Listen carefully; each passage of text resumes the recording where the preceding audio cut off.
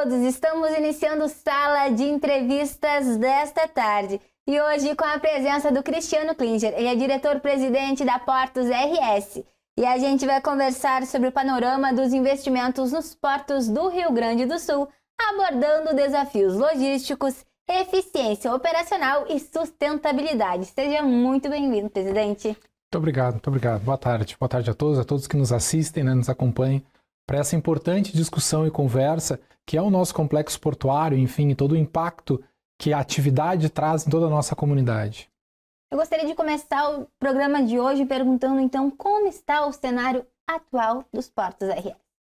Bom, quando a gente fala atualmente do nosso complexo portuário, nós estamos falando aí como complexo do nosso estado, com os 3 portos públicos, Rio Grande, Pelotas e Porto Alegre, e além disso nós temos 9 terminais arrendados e 22 privados, fazendo todo o nosso serviço logístico através do nosso complexo.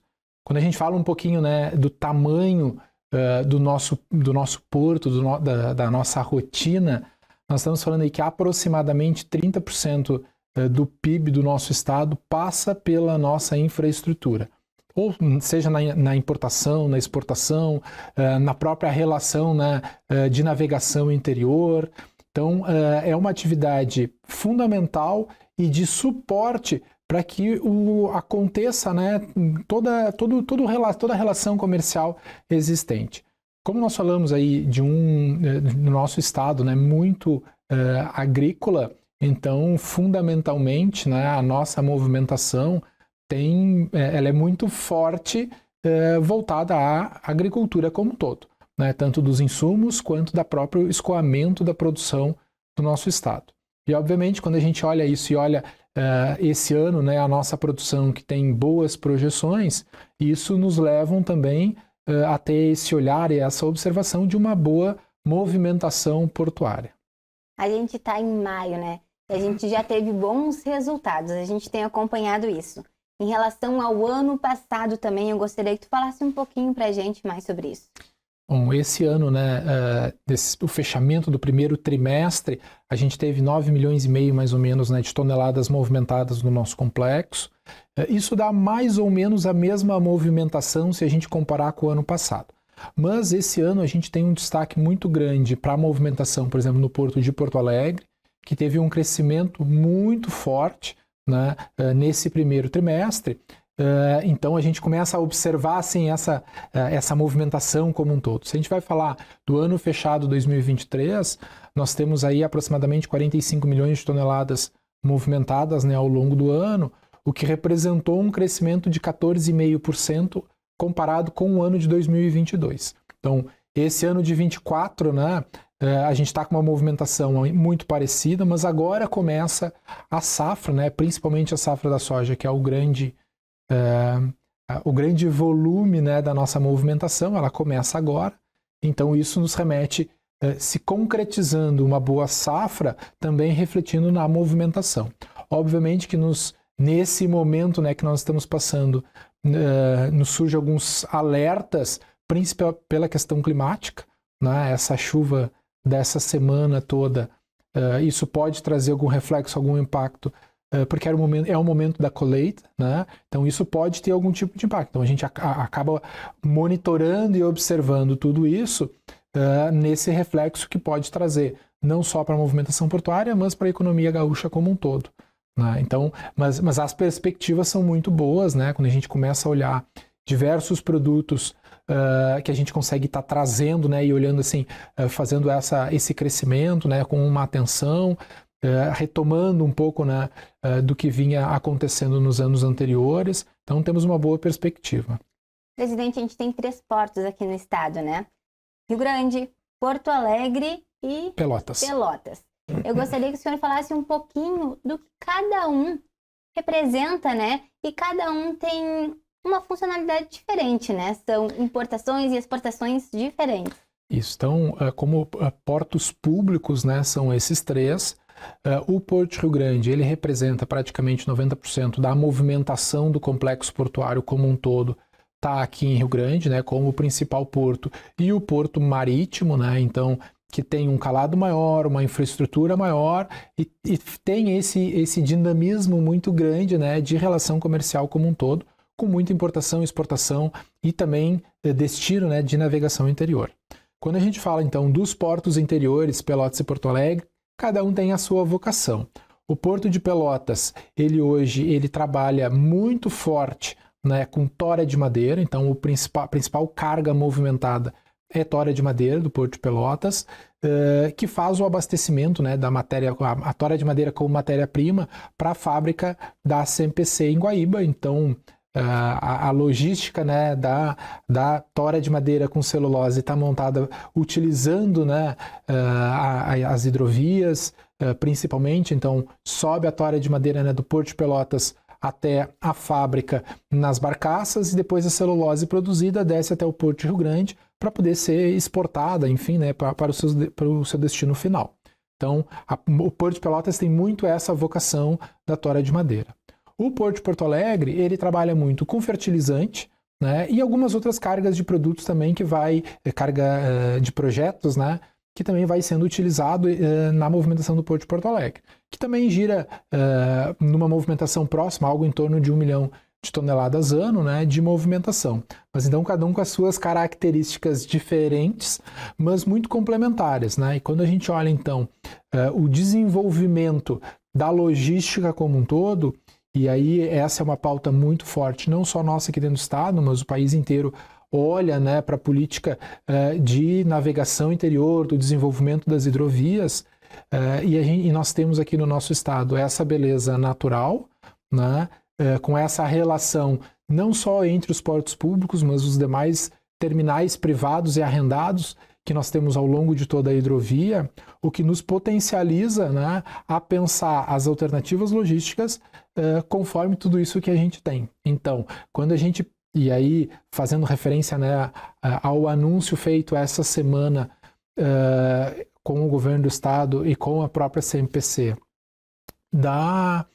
do investimento aqui no estado, é pensado todo esse investimento, que nós estamos falando aí de 25 bilhões de reais, né, a serem investidos aqui, para chegar nesse volume todo, isso é olhado o custo logístico. Então, quando a gente coloca o potencial de toda a nossa hidrovia para fazer esse fomento, né, da nossa competitividade como Estado, como produtor, como industrial, né? Isso é um grande diferencial quando a gente acaba colocando tudo isso na balança, vai na ponta do lápis ou do Excel, né, para fazer essa análise. Então a gente percebe que o desenvolvimento e a complementariedade que a gente tem entre os nossos portos, entre todos os nossos terminais, né, é fundamental.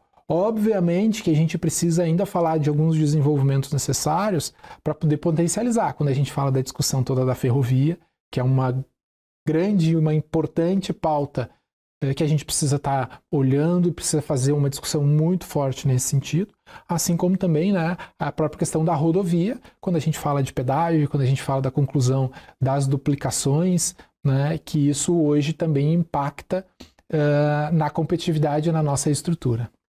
Porque tem muita movimentação, né? Na estrada a gente acompanha entre Rio Grande e Pelotas, tem muitos caminhões sempre indo e vindo, porque aqui o porto ele é o principal, né? Ele recebe tudo. Exatamente. E hoje o principal modal de receber a produção toda do nosso estado é via rodovia, né? Então é caminhão que vai trazendo todos esses produtos até o porto aqui de Rio Grande e depois daqui para os destinos, né? O destino final. E assim como a carga que vem, que entra pelo nosso porto, ela também sendo descarregada, né, aqui em Rio Grande, ela vai para um caminhão e do caminhão ela vai para o seu destino. Então, hoje é muito utilizado esse modal, e aí quando eu falo da importância da discussão e da complemento, quando a gente fala da multimodalidade, é poder olhar essa relação, como é que a gente consegue aproveitar o modal ferroviário, né? E aí com os investimentos necessários que precisam serem feitos, com o crescimento e o olhar, né, para esse tipo de modal, que também ele é importante, ele pode ser mais competitivo, mas a gente precisa fazer essa discussão de como é que está sendo prestado esse serviço hoje pela malha ferroviária e os investimentos necessários para torná-la mais atrativa. Então, e além disso, utilizar mais a nossa hidrovia nessa complementaridade, né, da gente poder fazer essa relação como um todo. Tá certo. Presidente, a gente vai para um rápido intervalo, mas já estamos de volta.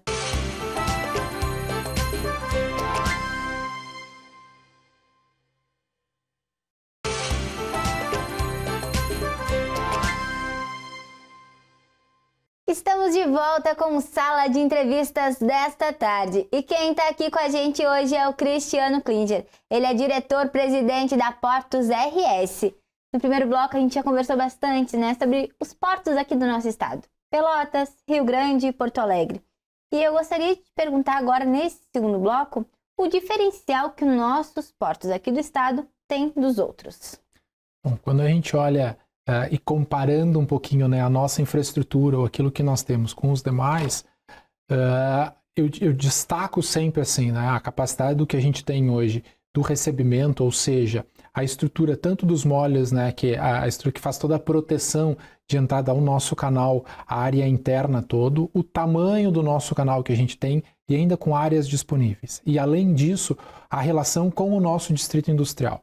Então, se a gente pegar e olhar os portos, né, pelo país, são poucos os portos que têm uma área de distrito industrial como nós temos. E isso possibilita um diferencial de custo, de competitividade, logístico, né, uma estrutura muito grande para poder optar em fazer um investimento num local ou em outro local.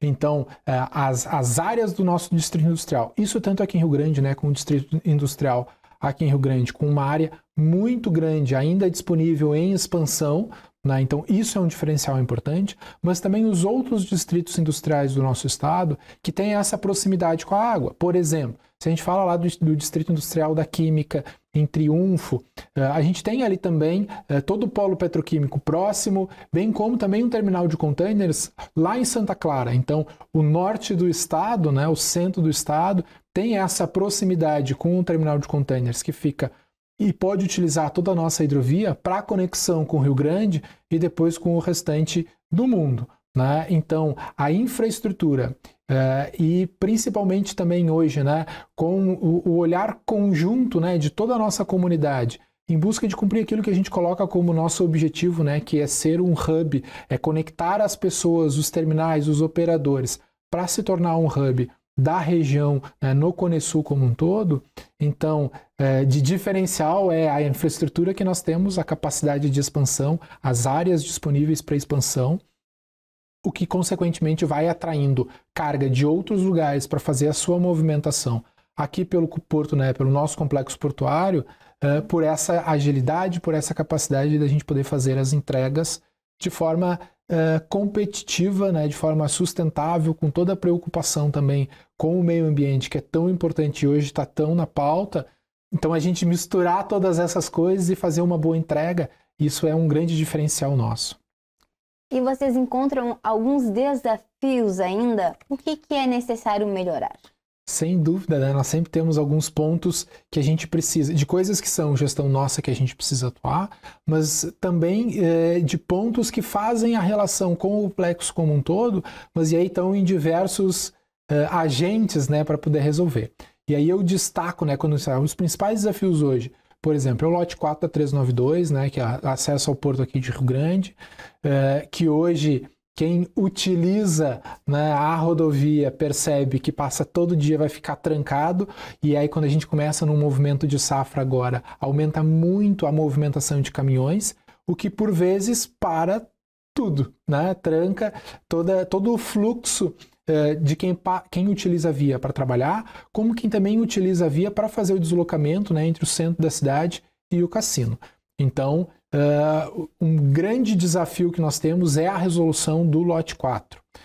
Outro ponto importante ali, né, é esse cruzamento rodoferroviário, que quando tem movimentação do trem também acaba paralisando tudo ali. Mas e aí, falando da ferrovia, esse é um outro ponto importante, né, um grande desafio que nós temos, é a melhoria da infraestrutura ferroviária.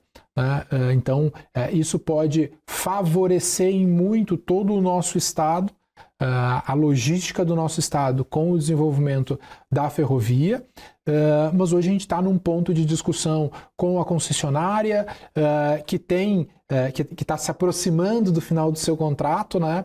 E aí começam todos os pontos aí sendo discutidos que a gente precisa sempre trazer isso à tona e pensar como é que a gente pode melhorar ou voltar a ter, né, um investimento necessário na ferrovia para que ela volte a ser um modal que possa ser utilizado e competitivo, né? E isso a gente fala de velocidade de locomoção, né, dos comboios todos pela ferrovia, desde a sua capacidade de armazenamento, enfim. Então, a gente faz o crescimento das áreas do distrito industrial e dos terminais de capacidade de recebimento de carga, né, e também da descarga dos terminais, mas é fundamental que a gente tenha essa capacidade. Se eu coloco a utilização da ferrovia, eu dou um ganho muito grande nesse sentido, e aí eu acabo substituindo um monte de caminhão por um comboio. Então, são desafios importantes que a gente precisa estar trazendo e fazendo esse movimento para conseguir buscar a solução.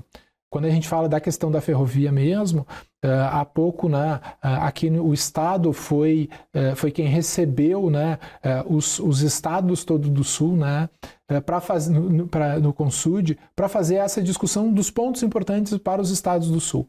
E um dos grupos de trabalho foi justamente a ferrovia, porque ela tem um impacto na região sul toda, né, principalmente Rio Grande do Sul, Santa Catarina e Paraná, que a gente precisa fazer essa discussão conjunta, porque há uma solução também conjunta a ser dada, né? Então ele é um grande desafio que a gente precisa tratar. Além da questão do pedágio, né, que sempre é uma pauta importante a ser discutida pelo custo do pedágio aqui na nossa região. Então dentre dos desafios, né, elencando 3, eu colocaria esses 3, né? A duplicação do lote 4, né, a finalização ou e aí, quando a gente fala do lote 4, né, ele é do quilômetro 0 ao quilômetro 9, então é o início todo dessa BR que precisa ser feito um investimento para poder desafogar, né, o acesso logístico ao todo o nosso complexo. E entre esses desafios, o senhor me citou 3, né? E eu gostaria de saber como está o andamento, ainda em discussões, tem um tempo para tudo isso se encaixar? Bom, quando a gente fala da questão da ferrovia, né, foi pauta então desse grupo de trabalho, que o grupo vem levantando muita discussão, fazendo todo um estudo para que a gente consiga ter um bom diagnóstico do que a gente, como a gente vai querer isso ali na frente. Ela é uma pauta que trata de uma concessão, né, então ela é uma ferrovia concedida hoje. E aí a gente precisa fazer a discussão do contrato de concessão, o que vai acontecer, né? Como a ANTT vai tratar dessa renovação ou não dessa malha. Bom, aí olhando dentro do estado, né, nós estamos fazendo aí um estudo a pedido, né, do vice-governador, que é quem está cuidando dessa pauta, para fazer todo um estudo técnico de demanda, necessidade, o que a gente precisa para dar esse dinamismo todo. Por quê? Porque isso tem que servir de base para quando tu vai sentar com a ANTT que faz a concessão e quem for o concessionário, né, atual ou futuro, de pontuar tudo isso e exigir os investimentos necessários para uma melhoria dessa infraestrutura. Quando a gente fala da rodovia, né, e aí da duplicação, existe um projeto, né, dessa duplicação, só que ele é um projeto feito de muito tempo atrás, com um custo estimado para a execução muito grande, né? O que quando a gente olha para um projeto, para uma cifra dessas, tu vê que isso dificilmente sairá do papel, será concretizado. Então a gente vem sempre levantando algumas alternativas de como é que a gente consegue resolver num custo menor, com uma viabilidade. Então a gente levanta esses questionamentos, né, junto ao DENIT, junto à própria Ecosul, né, que é a concessionária, pautando isso, né, no Ministério de Portos, no Ministério de Transportes, porque isso é uma pauta, ela é uma rodovia federal, né, que está vinculada à própria questão do final, né, do trecho concedido, mas que causa um impacto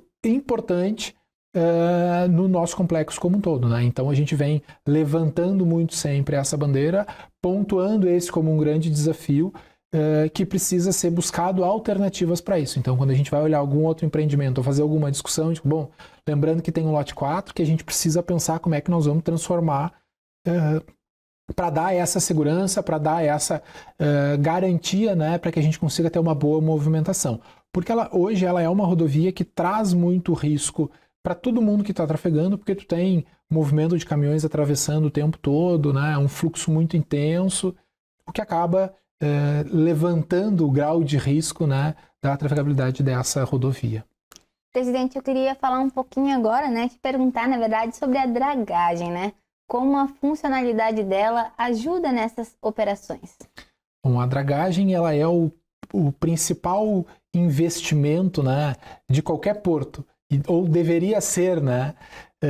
Sempre quando a gente entra na pauta, na discussão da dragagem, ela é uma necessidade, ela é uma obrigação, né, muito mais do que uma necessidade, porque ela é que garante a segurança da operação, ela que garante a operação portuária. Então a gente só consegue fazer que os grandes navios acessem o complexo através de uma dragagem contínua, né? E a gente vem defendendo isso desde o processo todo, né, da transformação da autarquia para a empresa. Muito é essa pauta de que fazer dragagem tem que ser um ato contínuo. Por quê? Porque eu preciso garantir o calado suficiente para fazer as operações. O que é a dragagem, né? A dragagem é a gente passar, vem uma embarcação, né, própria para ir sugando, né, e retirando o sedimento do fundo do canal e colocando, depositando esse sedimento em áreas propícias, delimitadas, demarcadas e monitoradas, né, para poder fazer a coleta, né, aí, desse sedimento todo. Então, isso tem que ser contínuo. Por quê? Porque quando a gente fala dos nossos diferenciais, falo da infraestrutura, de toda a capacidade do que a gente tem, a infraestrutura para navegação é a dragagem. Assim como a gente fala de uma rodovia, que ela tem que arrumar o asfalto de tempo em tempo, cuidar da sinalização, é o que a gente faz com o canal de acesso, né? Então, fazer a dragagem é como se estivesse pavimentando, né, arrumando o asfalto da rodovia, é eu limpar, né, eu fazer a dragagem de um canal, assim como sinalização e tudo mais. Então ele é um ponto, e aí quando eu digo o principal ponto de investimento, é porque quando a gente olha a grandeza toda dos números, nós estamos falando que a obra de dragagem ela é o maior investimento sempre feito pela autoridade portuária, né, com todos os seus recursos. Então é uma obra importante, ela é fundamental para a garantia, né, da competitividade, para a garantia da segurança da navegação no longo prazo. Então, quando a gente consegue um terminal, como por exemplo agora o terminal de containers, né, o Tecon Rio Grande aqui da Wilson Sons, firmou um contrato com uma norte-sul-coreana para fazer uma rota direto, né, Rio Grande Ásia. Por que a gente consegue fazer?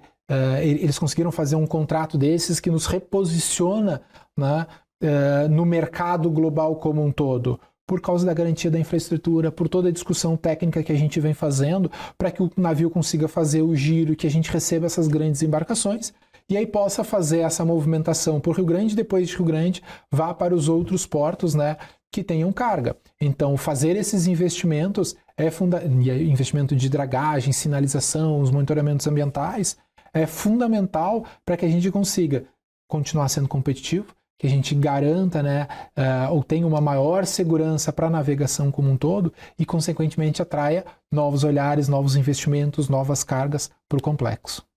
Presidente, a gente vai chegando já ao fim do nosso programa. Eu gostaria de agradecer a tua presença aqui e trazer bastante informação para a gente. Bom, eu que agradeço o convite de a gente poder estar aqui hoje conversando, né, e falando um pouquinho do nosso complexo portuário, e fica o convite, né, para todos também conhecerem cada vez mais o nosso complexo, tanto pelas redes sociais, pelo nosso site, quanto uma visita presencial também na nossa infraestrutura. Muito obrigada, presidente.